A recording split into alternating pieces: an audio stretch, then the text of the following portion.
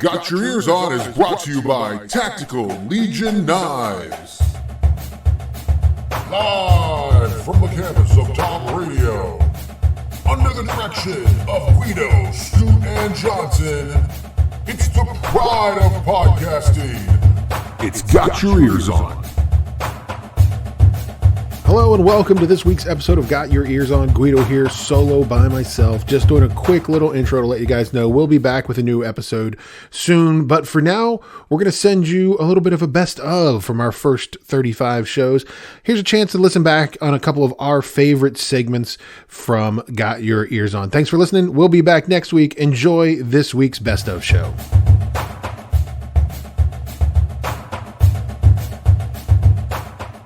So I wanted to talk to you guys something not really, well, I guess not sports related. Scooty might call this sport. I don't know. This weekend was Bridge Day at New River Gorge, Scoot, down in the southern part of the state. Yeah, Fayetteville area. Scoot, just the question for you: would you ever jump off a bridge? Would you ever do that? Not a chance. Not a chance. Did you see the thing that they were doing this year? So this year, I don't know if they've done this before or not. They had like a trebuchet catapult that was like ejecting people off the bridge. I want no part of that. I want no part of that. Like, no. It's 876 All right, guys, feet look, up. here's what I want. I want to take this already scary thing, and I want you to up it a catapult. Yeah, I don't even like driving across that bridge, let alone jumping off I know. of it. Yeah, right? Like, you drive across and you're like, is this that bridge? Is this that one that looks like it's 8 miles above the water or creek or whatever is below you? It's a river, but a creek? Did you just call the new river a creek? It's called the while New we're River. talking about that, let's. I mean, just came across this river. What are we going to call it? Let's call it the new one. Like, come on. Well, Not the old look, river. apparently the same person at your school that named Jim Show also found the new river. I don't know. Like, New River, Cheat Lake. Where are they getting these names? Here's my thing. When you drive across that bridge, don't you feel like the barricade on the bridge is only like a foot and a half Not high? high enough. Yeah, It's not high enough. Like there should be 8-foot walls there. You drive across the Tappan Zee Bridge. There's big like NASCAR fences on the side. Yeah, I don't like this it. bridge. It's crazy. Like, you feel like The state It doesn't the state come of up West to your Virginia is windows. confident that you're going to drive well and get on across there Listen, without falling off of it. I am surprised more vehicles have not gone over the side. I want no part of this. I think it's a ridiculous holiday. Is it a holiday? It's like I don't even want to look at the bridge. it's not really a holiday. I guess it's. I mean, maybe to the people of that area and people who jump off of bridges, I'm sure it's a holiday for them. I mean, but it's now Bridge it is Day. Bridge Are Day. they? I'm sure there are some people that are jumping tandem jumpers. I don't know. Probably. I don't would. really know. I don't know. I would guess so. I'm gonna. If assume, you were to yeah. tandem jump with somebody from WVU, who would you tandem jump with? So wait, they are the person who has the knowledge of the parachute, the apparatus, and we're relying on them to land us safely in the New River Creek, as you call it. So do you land when you land in the water or no? No, they have like a little landing No. area off to the side. Do you know how this works at all? I mean, like, I've never jumped off the bridge, but I know they don't land you in the New River. Well, I mean, you're It'd be assuming kinda that the dangerous. person that's jumping off knows what they're doing. All right, so what current player or current coach or current person or of all time Person at West associated with WVU. Could be man. current or former. Virginia? I'm gonna, man, that's tough. I'm gonna. So the question is, who would you tandem jump off the New River Bridge with? Okay, just so I'm clear. Yes, that is correct. I'll go first. I'll go first. I'll say Huggins. I'll Oh tandem my jump. God. I don't know if that's a good move. I'm not necessarily. Just the visual of this is phenomenal. I don't know if this is a good idea. He's a little cantankerous. He's gonna, when the parachute doesn't open up right away, what's going to happen? He might just take the backpack off. This is a bad move. I think that's a bad call, but go ahead. Well, you can go with Coach Huggins. And the other part of it is I'm not necessarily sure that there is a parachute that could actually hold Huggins and I jumping off a bridge together. Be pretty over-engineered parachute, but I feel like Huggy Bear. He's always there for his team and for his players. You know, he supports them. You know, I go back to thinking about when Deshaun Butler, you know, got hurt in the Final Four, and he's out there hugging him on the. You know, he's a guy who cares about it. So I feel like he would care about jumping off a bridge. But that's mine. Top that, Johnson. Top that. I would choose Elijah Macon. What? Because as we would jump off the bridge, he'd be like, "And one." Yeah, as he disconnects you from the parachute. Because then it would be "and one." He wouldn't do me that way. It would be just one. He'd be yelling just one. Oh, that's too good. Yeah, this would be also very funny to see. I think I'd have to go with somebody that's got a little bit of float about him. I want somebody light that can kind of. I'm going Tavon. Like I feel Jonathan Tavon's Holt. light on his feet. Tavon Austin. Okay. Tavon He's Austin, a lighter guy. I need somebody that might weigh less than me. I feel that's a good thing. So you're a big guy. You're 6'4", big guy in the sense that you're tall. Tavon, not quite as tall as you. Are you thinking that Tavon's strapped to you as you jump off?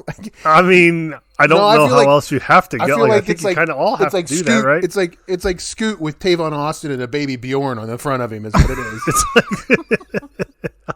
did you say Tavon is in a baby Bjorn? Yeah, I guess. Yeah, I would pay great money. I would pay lots of money to see you and Coach Huggins strapped up in a baby Bjorn scenario. I'd buy tickets to that. Oh That'd my be God, good. that would be amazing. Hey, Coach Huggins, if you listening, next year we'll do this. I'll come down to Bridge Day. You and I will do a tandem jump. I would together. love to see both of you in a Make WVU Hoops Great Again hat backwards with goggles. Yes, backwards. We'll raise funds for your charity there and jump off a bridge together. I'm sure that's a great idea. Well, listen, let's take a quick break, hear a little bit about Tactical Legion knives, and we'll be right back right here on Got Your Ears On. Tactical Legion Knives, a West Virginia owned and operated company that specializes in heavy-duty tactical knives and gear for the professional warrior, the weekend warrior, and the outdoor warrior. Our products are built tough. For who? For warriors. Hey Mountaineer fans, make sure you go on Amazon and search Tactical Legion Knives, and when you do, make sure you put in the promo code 25TOBRADIO for Top Radio. You'll get 25% off on Tactical Legion Knives.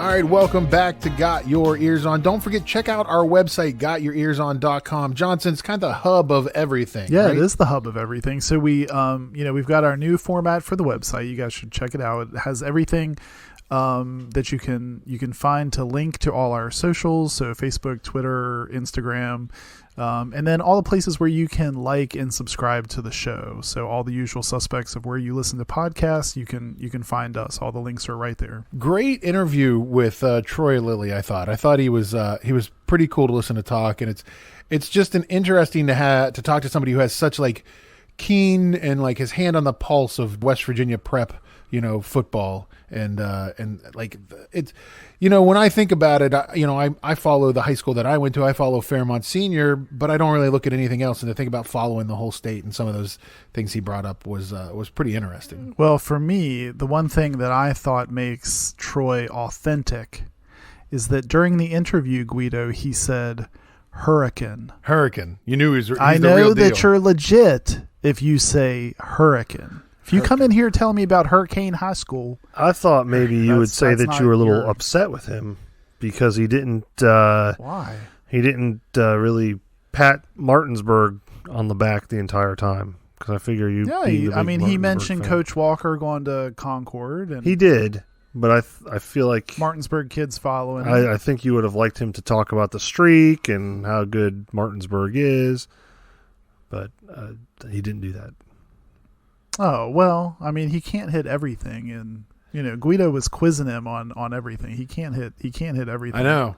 I hit him out of the blue with like who to watch out for next year, and he totally like just spewed names, and some of them, Well, and I think it's cool that I just like the way you can tell Troy's got a lot of energy for trying to help these kids get more exposure to those, to schools and kind of get the word out there. And I think that's cool. That's a cool thing that they're doing. So we do hope to get Troy back on the show more, maybe before high school football season starts, so we can get an idea of maybe some more breakout names and what to look for. And then obviously I think he's going to be great, to have on every year to talk about, West Virginia recruiting, and especially, with Neil Brown having a little more focus on the state. It's kind of nice to have somebody who has his pulse on the players in the state. Speaking of Neil Brown, guys, and WVU football, how do we feel about Al Pogue jumping ship the day after National Signing Day to go back to Auburn? I don't like it. I feel Al Pogue was they called him the juice man. He brought the juice to practice.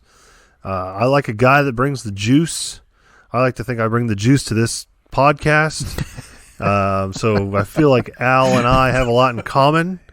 You bring something. You bring some juice, Scoot. He was very much involved in the Piped Up video with Neil Brown. I like to think that I pipe us up. So it's a big loss for the program. So hopefully this is just a 1-year thing and he comes back to us, which I don't think that'll happen. Probably going to happen. I mean, he's an Auburn guy. Like, he was at Auburn. He was an assistant at Auburn, and then before he came up here. So I think maybe he'll get there and he doesn't like Malzahn. We don't know that maybe yet. Well, but I hate it too for the same reasons. He just seemed to have so much energy. The guys seemed to love him. So you just really like holding on to those people around the program. So yeah, I mean, best of luck to him, but just selfishly for us, I hated to. So do they try to replace a juice man? Do they try to bring in a high energy guy, or is there somebody on the staff currently, do you think, can fill that void? Oh, I'm hoping there's somebody I'm sure there's somebody that can fill that void on the staff. I mean, there's got to be. We've got all these new coaches too that we've brought in, so maybe it's one of them. Maybe it's Jared Parker. You don't know. Gerard is a Frenchman. He brings the baguettes. Maybe he brings the baguettes to the practice. C'est bon, Gerard. Gerard Parker. Oui. C'est bon. So maybe it is. Maybe it is the French connection. I cannot wait, Scoot, for the Air France raid. I can't wait for the interviews with the Frenchman. Oh, it's going to be a season of Scoot doing his French accent every time we talk about offensive coordinator. Gerard Parker. I'm with you guys. Losing Al Pogue is going to be rough. I think the biggest thing is I have a feeling that he is a super recruiter, and that's sort of the backbone to what Neil Brown's trying to do right now is recruit some amazing talent. And look at this year's recruiting class: 28th in the nation, 3rd in the Big 12, according to Rivals. Had another great signing day. It's what did you say, Johnson? It's the best recruiting class we've had in a decade or more. Yeah, I think I read where it's from a rankings perspective, that number that they put us at is essentially the best since 2007. You might remember 2007. It was a relatively good time for us. Well, except for one day, except for one December. part. Yeah, except for one part. I'll say this. Back to Al Pogue. I think it says a lot about his character that he did see the class through and that he actually helped deliver like one last recruit before he left. I think that you're probably right, Scoot. I have to imagine knowing college football having been done for almost a month, like that deal had to have already been inked or been planned a month ago, when Auburn's season ended or shortly thereafter. So I 100% agree. And I'm imagining he said something along the lines, well, I've got these kids I'm trying to bring in. Let me just stay. I want to seal the deal before I go. I want to stay. Because, I don't know if you remember National Signing Day, he tweeted out like how excited he was about the signings. And in a I say selfish world, but it is kind of a selfish world of college coaching, right? You're always looking for your next big break or your next big stepping stone. And while you're trying to recruit the next best player at the same time, if something else comes along for you, very rarely do those coaches say no. They typically jump at the opportunity to the next big thing. So the fact and I think the difference, the challenge is when you compare it to like NFL coaches doing that, when like all those coaches leave New England and go coach somewhere else off of the Belichick, realm, it's those players weren't necessarily recruited by coaching. Those players are, for lack of a better term, purchased and put in those positions, where it's a little different in college football where, a lot of those players are coming because that coach asked them to come, because they wanted to be with that coach. So it does, it does have a little disconnect there when a coach leaves the day after signing day. I think that's probably why he and Jordan Leslie kind of teamed up, I think, on recruiting. I think they even called themselves Salt and Pepper. Isn't that what they were calling themselves? Is that what they were calling themselves? I like it. Scoot, do you think when they went into recruits' homes that they let the family know they were here and in effect? That's right. I think what they probably let them know, Scoot, is that we actually have the best uniforms in the Big 12 as compared to some other teams. Well, if you go by Uniswag, which Uniswag, what is Uniswag? Uniswag is the premier. It sounds like it's where Johnson shops for his jeans. Hey now, you mean his jorts? His jorts. Uniswag is the premier Twitter handle for all things college uniform. It is, okay. And the Uniswag uniform. Say that 2 times fast.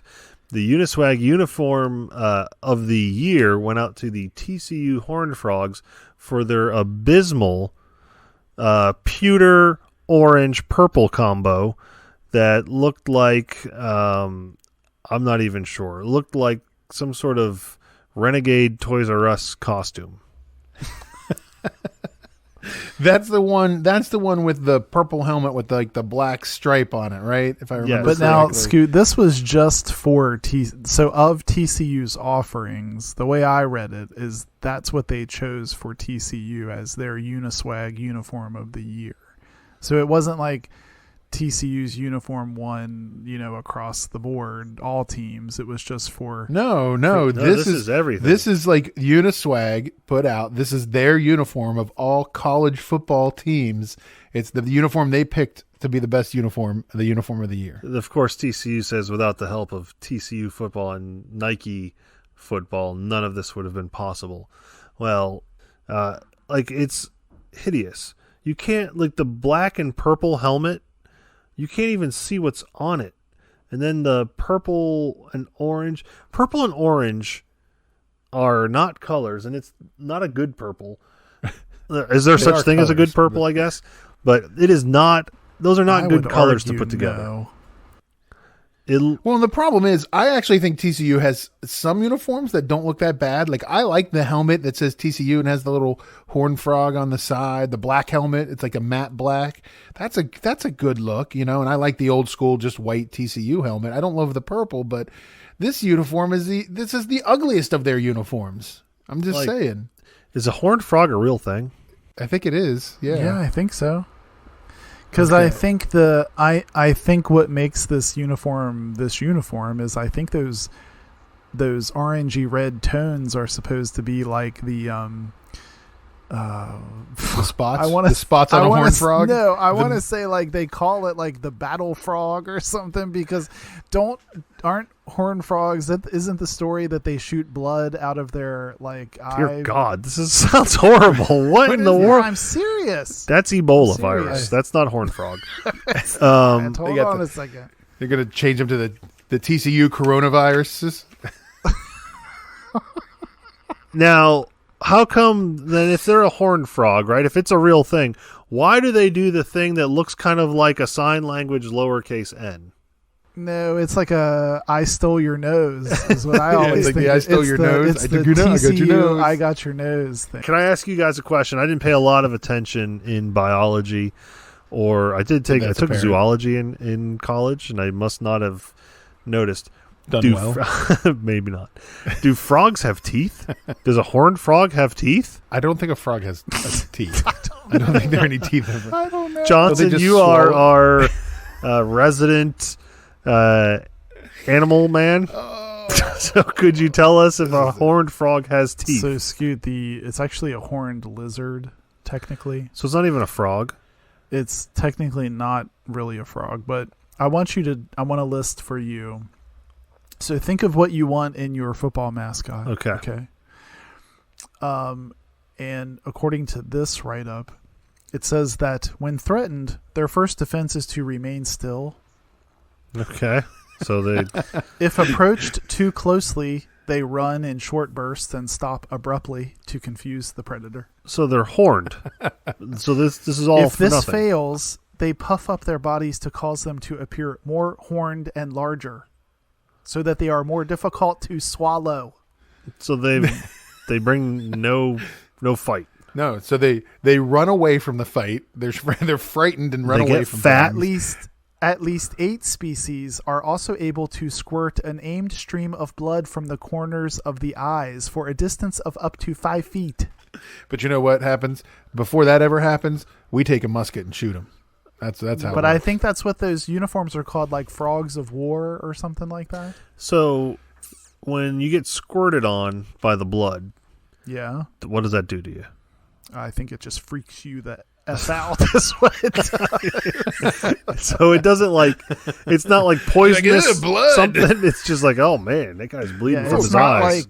it's not like boiling or something. I don't think it has. You're not I think like, it's just oh, like man. I think the predator just goes, "What in the actual?" What are you- just You're not happened?" like, did Yeah, you detach like- your retinas or something? What happened to your retinas? Is it some sort of welding injury? Like you weren't wearing a mask or something? Were you staring at magnesium ribbon? How did we? I was just making fun of their uniforms, guys. I didn't even want to talk about the frogs. Why do we get to talk about frogs? Because it's a fictional animal. It's like a gargoyle. It looks like a gargoyle.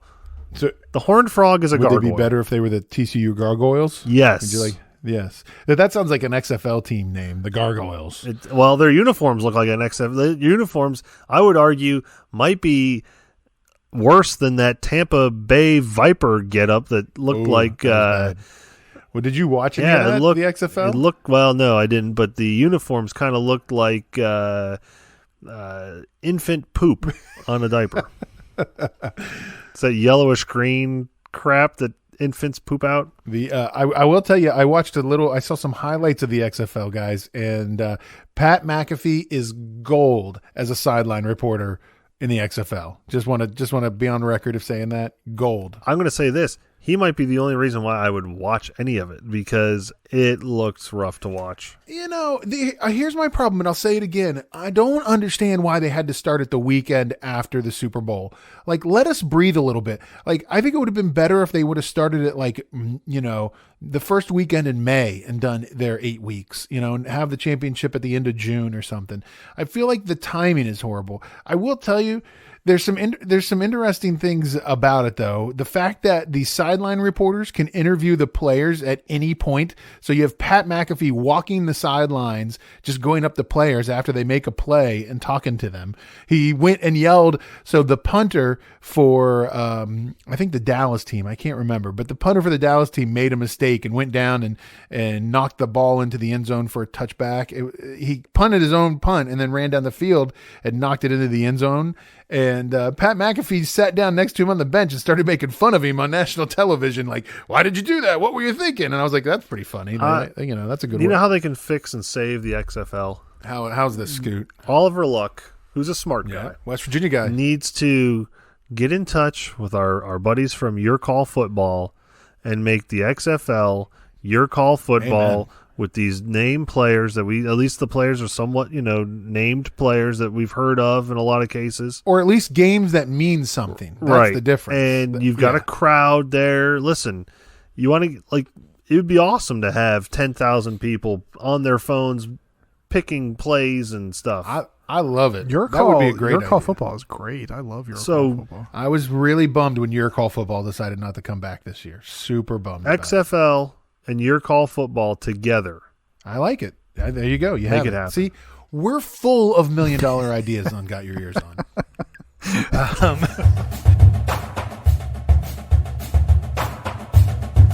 So every week, guys, we do a segment we like to call Earful, #Earful.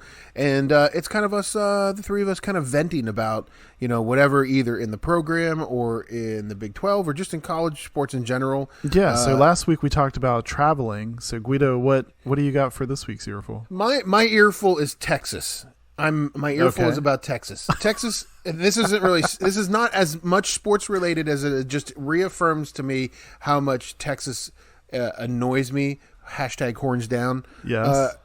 Matthew McConaughey, who is on the sideline for like every game at Texas, wearing his orange pants and acting all, all right, is now a professor at Texas. He is teaching a class this year He is. in the theater acting department, whatever, of UT. Like, what? Like, Matthew McConaughey is a professor at this school? Like, come on, guys. For real? And what? and what is going to be the process of actually, like, signing up for and just the logistics of this class is what my first question was, because how many people are just like, I'm taking this, everyone in the entire university would sign up. I mean, if I were there, I would sign up. That'd be cool. Yeah, I want to meet Professor McConaughey. Does Mr. McConaughey, does he grade hard? Is the whole class like him just how to say the word all right? Today we're working on the phrase all right. I just have to think pounding his chest. Is he doing the is he like, what are we doing? Like, it would be extremely melodramatic, like every course, every part of the course. Let me ask you this. I feel that I'm okay with it because now he has a justified reason to be on the sideline. Because he's an He employee. is employed. He's by, now part of the university. So Yeah. now I would almost rather them have made him a coach. Like he was like some sort of special coach, special assistant to Bevo. Yeah, right, Bevo. Could he be Bevo's handler? He's Bevo's handler. Every time, Yeah. And let's talk about Bevo for a He should second. just be the mascot. Like they shouldn't even have Bevo. Their mascot should be like the Matthew McConaughey's. then we'd be getting in trouble for a McConaughey down. Yeah, McConaughey down. I think I do kind of. Here's the thing. Have you ever seen a longhorn in person? Negative. Yeah, no. It is. They are ridiculous. Like the horns. It's a legit big animal. Like I don't think they're gonna fit in a tight space very easily. If you get a bunch of them, they got to turn their head sideways and kind of angle. It's kind of like me getting onto a small plane. I have to angle my body as I go down the aisle. But it's like an when impressive animal. It's like when you have your big headphones on and not your earbuds. That's right. You feel like a longhorn. Yeah, it's an impressive animal. So Well, I'll give I Texas will- credit for having such an impressive animal as their mascot.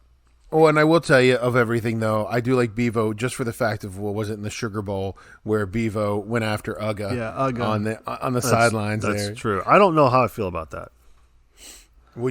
Bevo wins that hands down. Oh, easily, yes. Bevo tears Uga apart. What if they had some sort of like running of the Bevos?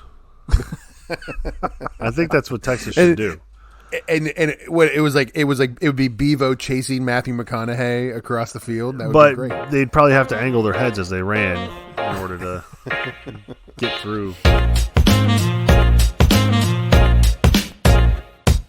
Vortec Knives is a West Virginia owned and operated company specializing in high quality steel, fast opening, everyday carrying knives. If you go to vortechknives.com today and use the code GYEO, you get a 25% discount on your entire order.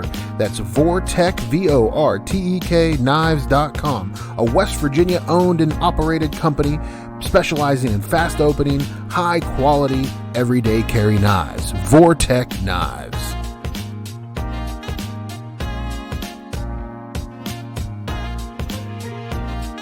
We have been talking about Jerry West a lot on the show lately because we have been saying a couple of times that we think the Coliseum should be renamed, the Jerry West Arena or whatever. Right. Bob Huggins Court at Jerry West Arena or something, or at the Jerry West Coliseum. And Mike Carey basket. Yeah, the Mike Carey baselines or something. Mike Carey baseline. But oddly enough, news came out today that WVU, after trying on their own for a while, has asked IMG Learfield to sell the naming rights to the Coliseum. Yes. And I take a nice long pause there because it just well, isn't it funny how I don't know how else to say it, just to say that it just sickens me. It's horrific. Well, isn't it funny how that's your gut, because that was my gut reaction too, even though I think it's probably, practically speaking, that's a smart idea, get some value out of that. I mean, there's, come on, how many other places are doing that? But I think your mind, Guido, probably goes where mine does, and I don't want to end up like, welcome to Gabriel Brothers Coliseum at WVU. Like, I don't, and nothing against Gabe's, but it's kind of like remember when we went up to play Ohio State at Value City Arena? It's like, please don't do that to us. I'd rather have no name than something we all groan over. But it feels like it has all the makings of a groan fest, like. Well, maybe we'll. I mean, I was thinking the same thing. I was like, okay, so what are we going to call it? The Vortech Knives Coliseum, And that's the solution. Listen, it's going to be Tactical Legion Court at Vortech Coliseum. At Vortech Coliseum. Yes, our big time sponsor is going to pony up the cash. He's got to pony up the cash, and I think that's the move. I'm just afraid we're going to end up with Eaton. Well, welcome to Eaton Park Coliseum. No, you know what? WVU Here's the thing: campus. is this is what it's going to end up being, and I mean, not to throw out names of possible, but it's going to be something like the Antero Coliseum or the Thrasher, Coliseum. I've heard rumors that it could be Tudor's Biscuit Basket. We're going to be playing games at the Biscuit Basket. Tudor's See, Biscuit I've always Basket. thought, Scoot, how you and I always tell Guido he refuses to see it, but when you're watching a Patriots game and they show that logo and you and I agree it looks like an orange juicer? Yes, either that or because it's Gillette Stadium, I thought it was some sort of either electric shaver or a Guido's told me, but I still actually don't know what it's supposed to be because I always just see an orange juicer. But if you look at the Coliseum, to me, it also resembles. It always resembles an orange juicer to me as well, and I feel like it's just ready made to be like the Tropicana Coliseum or the Minute Maid Coliseum. It's kind of like why it's the same vein as. Here's my problem. It's in the same vein as how I've never understood why, Charmin or someone or Northern doesn't sponsor the Creative Arts Center because it looks like a giant toilet sitting up on the hill. And the Toto Creative Arts Center, the Kohler Creative Arts Center at WVU. The American Standard. Here's my problem though about it, and stop for a second and think. Well, we'll talk about Milan Puskar Stadium, and that's fine. He was a large donor, and it's and I get that, right? And I understand naming things like the T. Boone Pickens Arena or whatever they call. I understand doing all of that, but think about in college basketball. Think about some of the most famous places where basketball is played in NCAA. You have Fog Allen Fieldhouse, you have Rupp Arena, you have the Dean Smith Center, Cameron Indoor Stadium. None of them are named. The historic Gallagher Iba Arena. Yeah, the historic Gallagher Iba Arena. I mean, even you could even say the Carrier Dome's Carrier. Well, the Carrier family donated that money, not the company that makes air conditioning. Right. It's a bit different, but I mean, you don't. I'm very nervous about this end up being called the Gabe's, Coliseum. Yeah, Coliseum, I just don't want to, to me, and I feel like I'm the type Sheets of person. Arena, Yeah, right. It's like I don't want it to be cheapened. I mean, the Coliseum means a lot to me, and I would rather you not. I would rather you not relinquish those rights if it's going to be to something we all go, oh, geez, that feels really cheap. And I mean, it's a money grab. I mean, it's a money thing. Sure, I understand. There is a possibility, though, and I think this makes sense that Taco Bell might want to get in on it and call it the Upside Down Taco Bowl. Okay. Because it does look like an upside down taco bowl for a taco salad. So we know that Scoot will have no part of the naming. We just of the determined that. Marketing genius that he is. And I'll be honest with you. Here's the other thing you guys are going to cover. You might want to cover your ears if you weren't wearing headphones. That'd be easier to do. But it doesn't bother me as well as it does you guys. Like, I feel like it's just it's what everywhere. I feel like this is because you're from New York's upside down frying pan hat. And it's like that's why it doesn't resonate as much or something. Yeah, I mean, I get you are a little curmudgeon-y and they're not going to name that on my dead body. Here we go. So, Call Johnson old. That's always I just think that's wild card. Think of like a lot of these places, like the Yum Center. Louisville plays in the Yum Center. That is true. Like, think of that sucks. And that sucks. I don't want to play in, like, they probably hate that. Yeah, like, how much, Scoot, do you want to be like, oh, yeah, man, the game at the Gabe's Coliseum was great the other night, that the Sheets MTO Arena was awesome. Like, nobody wants to talk about, you don't want to say that. We like talking about, listen, we hate Kansas. If it means that there's more schmuffins, I'm in. Are you trying to tell me, though, that wouldn't bother you? That would bother you. It doesn't. I know. I mean, it's the name of Welcome to Qdoba Arena, home of Bob Huggins Court or something. Johnson, what if it was named Chipotle? Oh, my God. Center? What was it named? What if it was named the Chipotle Center? What would you do? Listen, he's backing off right now. Look he's backing off. He's not as upset. And if you went in and all the concession was run by Chipotle. He's not as upset. He is a little giddy right now. If it came with that. He would be forking out the money to the athletic club. He'd be like, hey, guys, how much money do you want for ticket? I'll fly up every weekend. If that's the case, though, that probably means I'm already part owner, if that's what they were doing. Like, he's not upset about that. Look at his smile on his face. He's like, his fingers are crossed. We can't see his fingers right now, but they are crossed right now. Please, Shane. Please, Shane, go Chipotle. Do the right thing. He's like, oh, man, I hope. But it's not going to be named the Chipotle Center. It's going to. No, I'm just afraid it's going to be. I'm just afraid it's going to cheapen it. That's all. I mean, honestly, that's my only fear. I don't really. It's not that I care that they name it. I just want it to be something we go, oh, okay, yeah, that makes sense. That feels solid. I read on Twitter that they opened it up to IMG because they weren't satisfied with the Mr. B's Coliseum. I saw Mike Casaza put that up. That was pretty funny. That was Welcome to the Hive. Ooh, that could work. You are in Mr. B's Coliseum. That could work. Listen, I would almost appreciate that actually is kind of funny. I'm okay with that. The Mr. B's. I like that. If it's Chipotle, are we going to the Big Burrito? What are we going to? That would be ridiculous. That would be absurd. What if it was called the Country Club Bakery Coliseum? Like, that would work. I'd be okay with that. See, then we're okay. But it's not going to be that. No, chances are it'll be like the Panhandle Cleaning and Restoration Coliseum. Yeah. Yes. Like the little general store arena. Yes. Oh, my God. The Glotfelty. We're going to go to the Glotfelty Tire Dome. Now that we've given out, we have just now given out so much free advertisement to all these companies.